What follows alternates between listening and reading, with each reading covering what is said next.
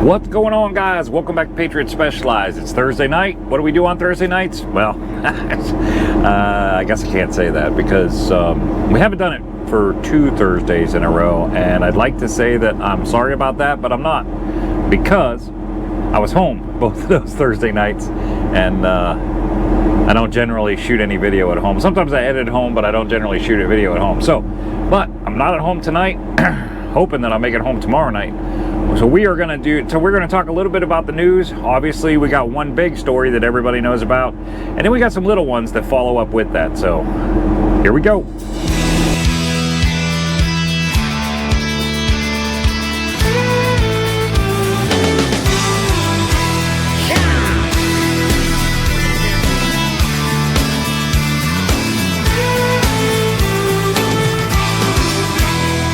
ride across these plains and prairies, Rocky Mountain highs, fade off into the distance like ghost riders in the sky. Black smoke and white line, steel horses side by side. It's more than just a living, y'all. Hell, it's our way of life. We're the last of the cowboys. All right, guys. Obviously, the first one we want to is the big one, and it kind of like. There's a couple others. There's at least one other story that I'm going to talk about that ties into that one. Obviously, the executive order by our President Trump signed an executive order this week. I actually did a video on Monday. I heard about it on Monday. He hadn't signed it yet when I did the video, and I didn't post it because I wasn't sure it was actual fact. I couldn't find it on any real credible source, but it ended up happening, and my personal opinion is, for those of you that don't know what he did, President Trump on Monday evening signed a bill that requires English proficiency in truck drivers. So basically what that means is you got to be able to communicate, so you got to be able to speak and read English. It does say write. You got to be able to write English too, but I don't know that that really matters. Although, if you're making out a report or a police report or something like that on an accident or whatever, you're going to need to know how to write English. But my part of this, the thing that concerned me the most on it, and why I'm so happy to see it be and this really wasn't the executive order. People think that that's a law, and it's not a law. In the executive order that he signed, he didn't sign any new information. This isn't what he did in 2016 during the Obama administration. There was the FMCSA had sent out a memorandum to all of their facilities to no longer make the English proficiency an out-of-service violation.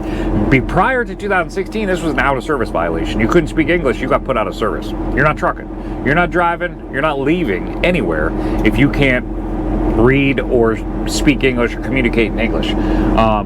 That was done away with in 2016 by this memorandum where they relaxed on it and said it's no longer make it a out-of-service violation. So it's been that way since 2016. The law has been in effect, I'm pretty sure, since the FMCSA was created. However,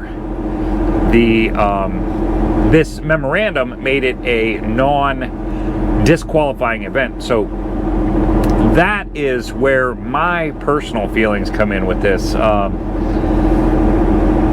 In my opinion, the qualification aspect is the most important in this.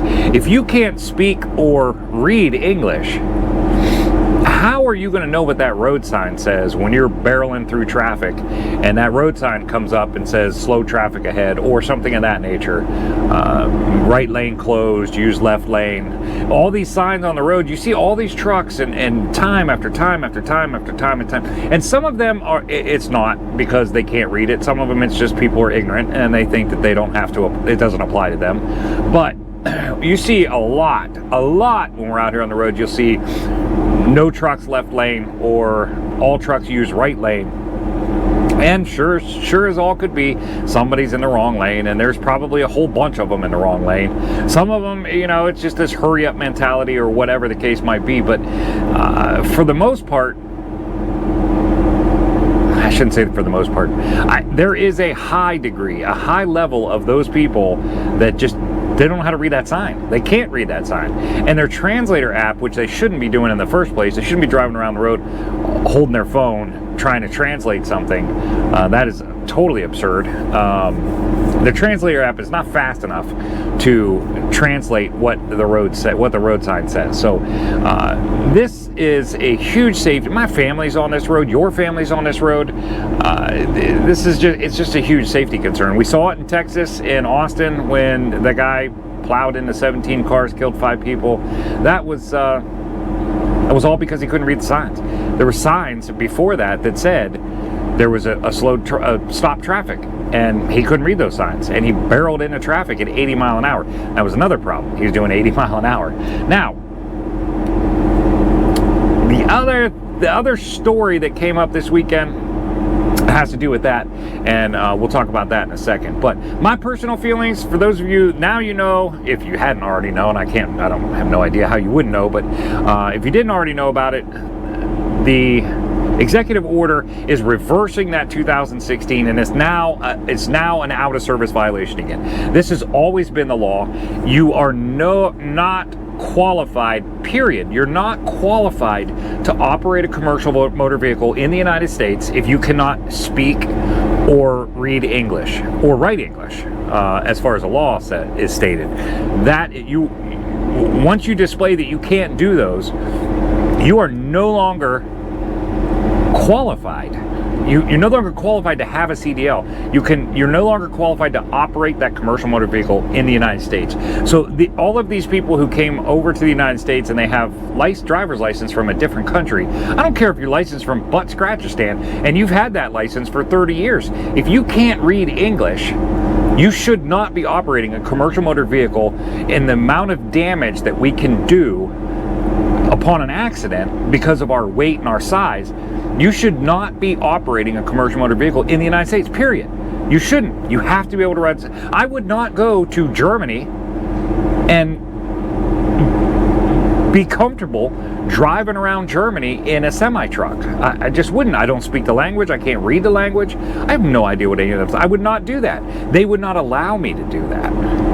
So why is this okay in the United States? And thank God that we finally have somebody paying attention to it, and kudos to the American Truckers United. They are kind of leading they kind of led the charge on this one. They fought for the Arkansas law, and I think the Arkansas law, believe it or not, I think even though that did not turn out the way it should have been, I think the Arkansas law is really the tip of the spear that got the ball that got people focused on this and really started pushing toward doing something about it. And I think inevitably that law and that push and that all of us on the internet and YouTube and truckers in general, and then the truckers, American Truckers United, I think that as vocal as we got about it, and the more and more it picked up steam, the more attention it was getting in the right places, and it finally got to the right person, and we got something done about it, and that's a big win. I think everybody in trucking should consider that a win. It is a win for us. Not everybody sees it that way, but for the safety of our families, for the safety of our roads, and for the credibility and what's the word I'm looking for? Credibility and the image of trucking in general, this needs to happen. This is a huge problem within our industry, and thank God we're finally getting something done about it. Now, that being said, guys, that brings me to my next story, and this one has to do with the American Truckers United, who led the charge in Arkansas. For those of you that don't know what the Arkansas deal was, Arkansas passed a law. They put a law, proposed a law, and the way it went into that building to get voted on, the way it went into the building, it looked like this. It looked like the driver was getting put out of service. If you operate a commercial motor vehicle and you're not efficient in English, you're not proficient in English, you would be put out of service. You'd be fined $5,000. think that's what it was. $5,000, and the company that you work for that allowed you to operate would be fined $10,000. That was what it went in there proposed as. And what it came out as after the ATA, which is the Arkansas Truckers Association, not to be confused with the American Truckers Association, which, believe me, yeah, they might as well be the same thing. They serve the same purpose, they serve the same people, they serve the same gods, we'll say. And that is the mega carriers in trucking, which is not us. And not what most truck drivers are looking for. Mega carriers are looking to shut everybody else down so they can have everything and have all the freight and continue to make money. They can also hire these kind of people, pay them next to nothing, and it increases their bottom line. So the ATA, the American Trucker Association, has forever lined up with what the agenda of the mega carriers was focused on, and the Arkansas Trucking Association is no different. They're exactly the same way. So this law that they proposed went into the building, we're going to say, went into the courtroom, and looking like out of service 5,000, 10,000. It came out with no out of service, and they're going to fine him $500 on the first offense and $1,000 every subsequent offense after that. So basically, in my mind, what Arkansas said there, or the Arkansas Trucking Association anyways, that pushed this, that fought this thing all the way. They fought it tooth and nail. They were trying to abolish it completely, and they settled at what it came out of that room at. And what the Arkansas Truckers Association, in my mind, said right there is, we don't care if the roads are safe. We just care if we make money on you driving on our roads when you can't do what we say. So go ahead and pay us, and we're going to allow you. We're going to continue to allow you to do whatever you want to do. We're not going to put you out of service, but you're going to have to pay us $500 and then $1,000 and $1,000 for every time you do it. So it's okay you're doing it. Go kill those families, but you got to pay us if we catch you.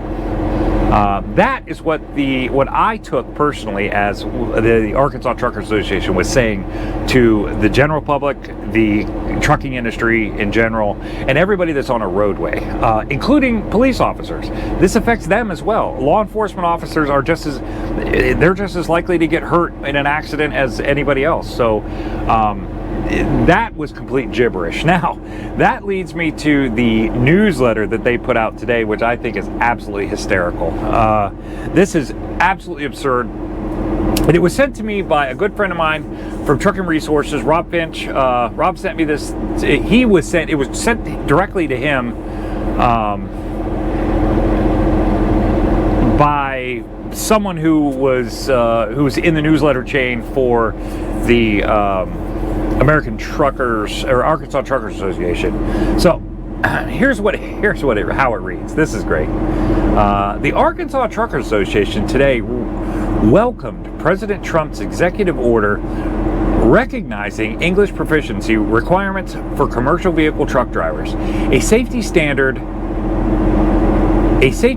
the organization had already championed at the state level through the passage of HB 1745 earlier this year. Now, that is not the one I was just talking about. That is something completely different, and it was not all that great either. But that was the only one they actually championed, so they had to throw that one in there. This is a quote. After successful advocating for solutions in Arkansas, we're pleased to see that the issue elevated to the national level where it can have the greatest impact, said Arkansas Trucking Association President Shannon Newton. Because trucking is fundamentally an interstate industry, a federal approach is necessary to ensure consistent enforcement of the safety standards across all highways. I'm sorry, I just threw up in my mouth a little bit there. Are you kidding me? Arkansas Trucking Association, you fought this. You fought this tooth and nail at the state level.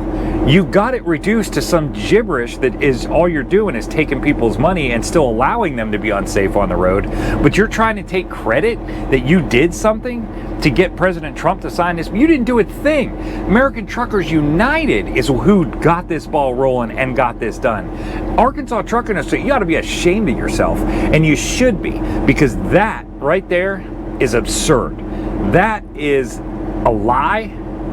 It's falsification. And Miss Shannon, what is your name? Shannon Newton.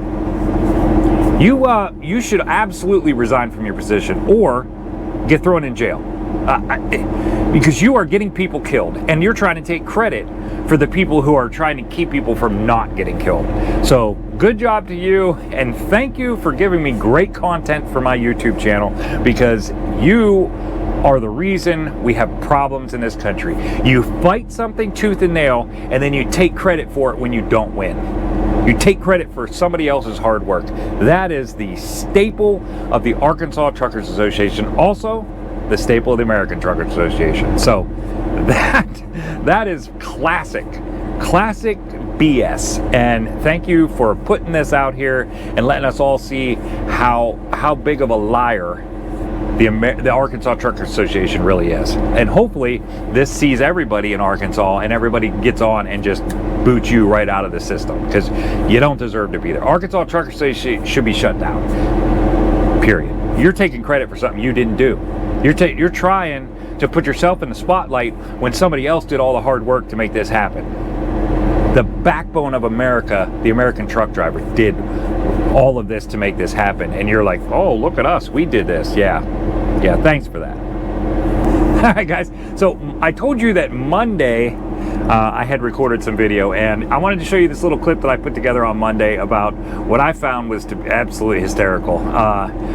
The Longshoreman decided to chime in on the tariff situation, and I think it's absolutely hilarious. So here you go. All right, so on to some of the smaller stories, and this one I don't think is small at all, and I'm going to have a very good time picking on this one, because this strikes me as amusing, and it's following suit, completely following suit with the way the we don't care what you say, we're going to do what we want kind of thing in this country has happened. But this headline, I got to read this one to you because this is great.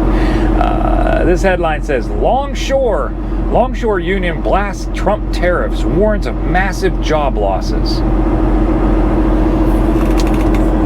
The Longshoreman, folks. Where have we heard this name before? I seem to remember. Yeah. I remember. I remember not that long ago, a couple months ago, the Longshoremen's Union and their president was quoted saying that he was prepared to cripple the economy of the United States in order to get his employees a freaking raise. And you and now you're like, oh, President Trump said he's going to hurt the country. What? You were prepared to cripple the economy to get your people what they want. And now you're crying because somebody is trying to do something to help the United States as a whole. Is it a good thing? I have no idea. I honestly don't. I have no idea how. I am not a professional at tariffs. I'm not a professional at the government side. I have no idea if these tariffs are good or bad, nor do I care.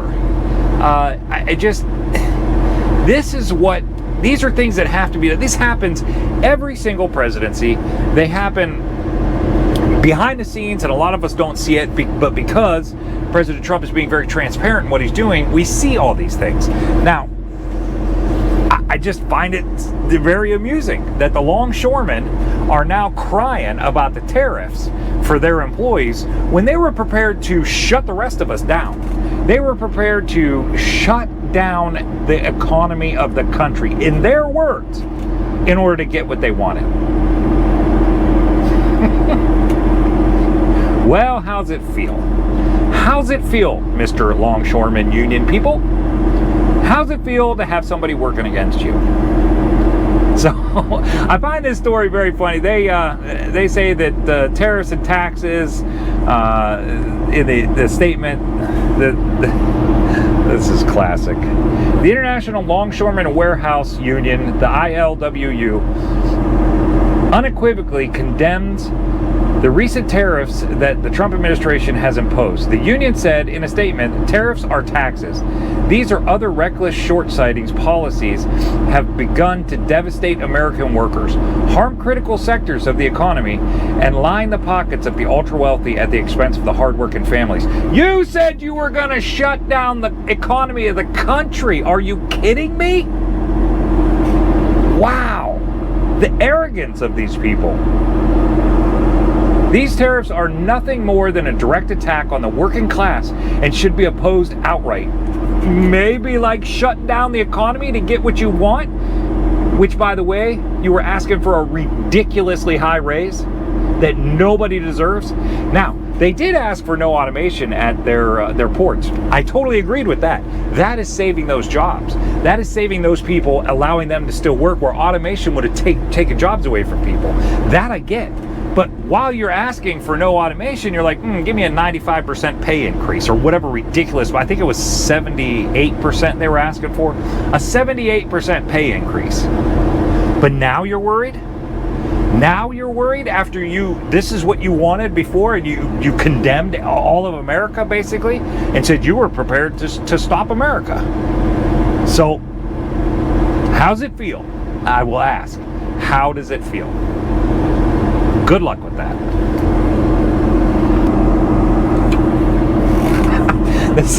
This article goes on to say, despite claims to the contrary, recent history indicates that the cost of these tariffs will be passed on the American worker. In 2018 and 19, when the U.S. imposed tariffs on Chinese imports, those tariffs did not meaningfully change the balance of U.S. trade.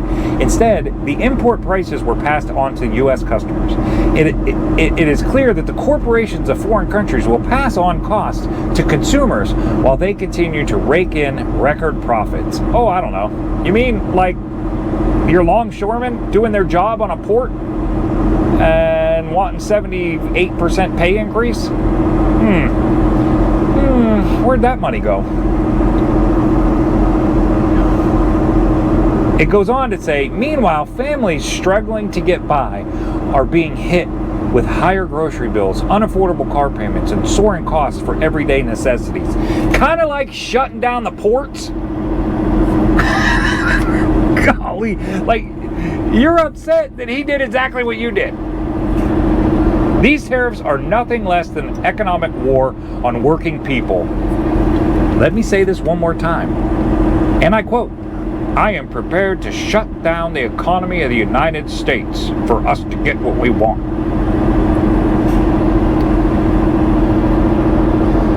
I gotta get off this subject. Okay, so on to the next one. Alright guys, and the final thing that I want to talk about tonight, the news that I found interesting, that is, again, not getting the headlines it should get because it's being overshadowed by some other stuff. But and I found this article on FreightWaves. You can jump on FreightWaves and find it and read it for yourself.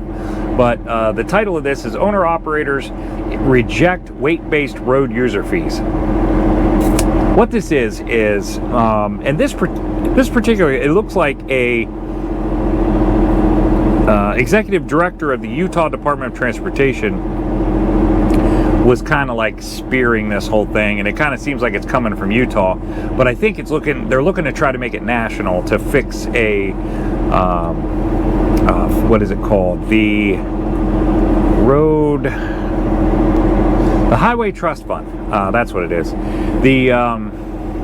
Apparently this Highway Trust Fund that is out there, I'm assuming, is for replacing, repairing, taking care of highways. Apparently the Highway Trust Fund is, at the current pace, is going to run out of money by 2028. I'm sure. I'm absolutely 100% sure there's no misspending going on there. There's no cutting the fat where you could cut fat going on there. That it's just it's absolutely appropriate spending of money that is leading to you running out of money by 2028.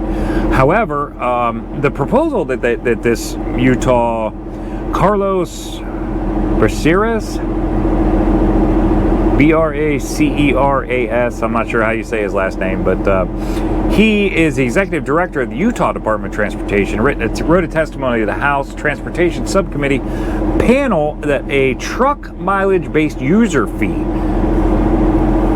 should be considered by Congress. Why not? Why not? Listen, we don't have the money to take care of our roads because we have no idea how to budget and spend money. So, where can we get the money? The truck drivers. Yeah, let's make it harder on them. Let's make it so they don't want to come to our. It seems like everything in the world comes back to let's charge somebody who should be charged, and in this case, it's the truck drivers. Now the proposal that they're putting together here. The truck mileage-based user fee option Congress should consider could vary based on axle weight. For example, higher for trucks with fewer axles, the type of route, higher travel for lightly engineered roads. This would encourage truckers to adapt trailer configuration designed to reduce axle weights and to travel where possible on heavily engineered highways or main arterials.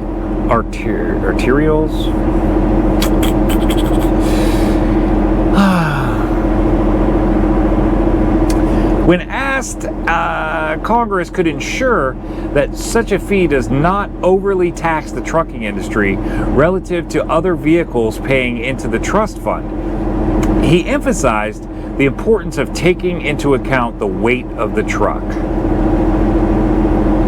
Do you like getting stuff? I mean, do you go into a store and you think, wow, I wish this store had more empty shelves? That's what's going to happen here. You are going to tax and fee and whatever truck drivers in not wanting to do it. Trucking companies saying, you know what, this ain't worth it anymore. We can't make any money. We already, because we have allowed this gibberish to happen and all these immigrants to come in and into the industry and drive our rates down, we're already working at a razor thin operating cost. And now you want to throw this in here because I am 100% sure there is some mismanaged money going on these highway roads. So because you can't manage money, you want to drive up cost for truck driving. I get it that we're the biggest thing on the road, but I also get it that you want stuff. You like your stuff. Your wife likes your stuff. Your family, your kids like their stuff. They like to go to the store. How mad do you get when you go to the grocery store and something isn't there that is on your list to get? You're pretty mad about it. Well, keep taxing the trucks and see how empty them shelves are. This is ridiculous. Where does it end?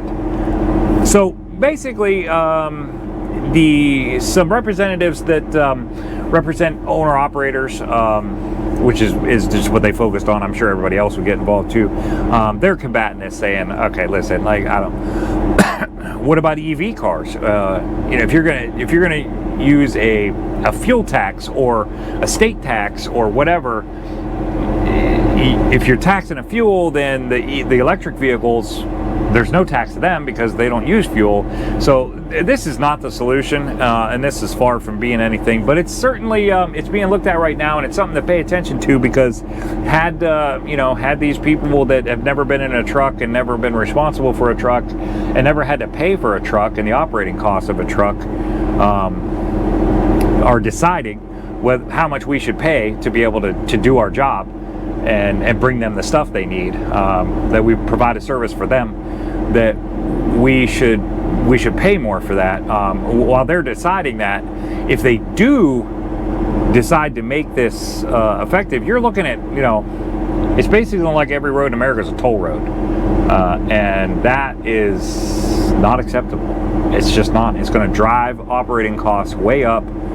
So your bottom lines are going to be a lot lower, and they're already, in the current market, we are already operating on a razor thin margin. So this is not the solution. It's certainly not a good time to bring it up right now because you mismanaged money. I don't know that to be the case. I hate to say that, but I'm willing to bet if you start digging, that's what you're gonna find. So, all right guys, that's all I got for this week. I hope you liked. I know I got a little passionate about some of these things, and I do people's safety and my operating costs, and seeing trucking, the reputation of truck drivers being tarnished for things is very, it's, you know, obviously that's what I do for a living, and I'm proud of that, and I consider myself to be a professional, and it's frustrating to see what's going on in our industry. So I hope you guys enjoyed what you saw. I hope you learned something from it. I hope maybe I threw a different perspective in your head or got you thinking about something. If you want to know more about American Truckers United, go on to the American Truckers United website. You can sign up right there. You don't have to pay anything. They do accept donations, but they don't require it. You sign up, you just give them your email. They're not going to sell your email. They're just going to put you on an email list, and they're going to send you out information about American, you know, what's going on with American truck driving and the things that they're working on. And it's a great organization, has done really good things since it's created. So if you want to learn more about that, jump on their website, check it out, sign up for their newsletter.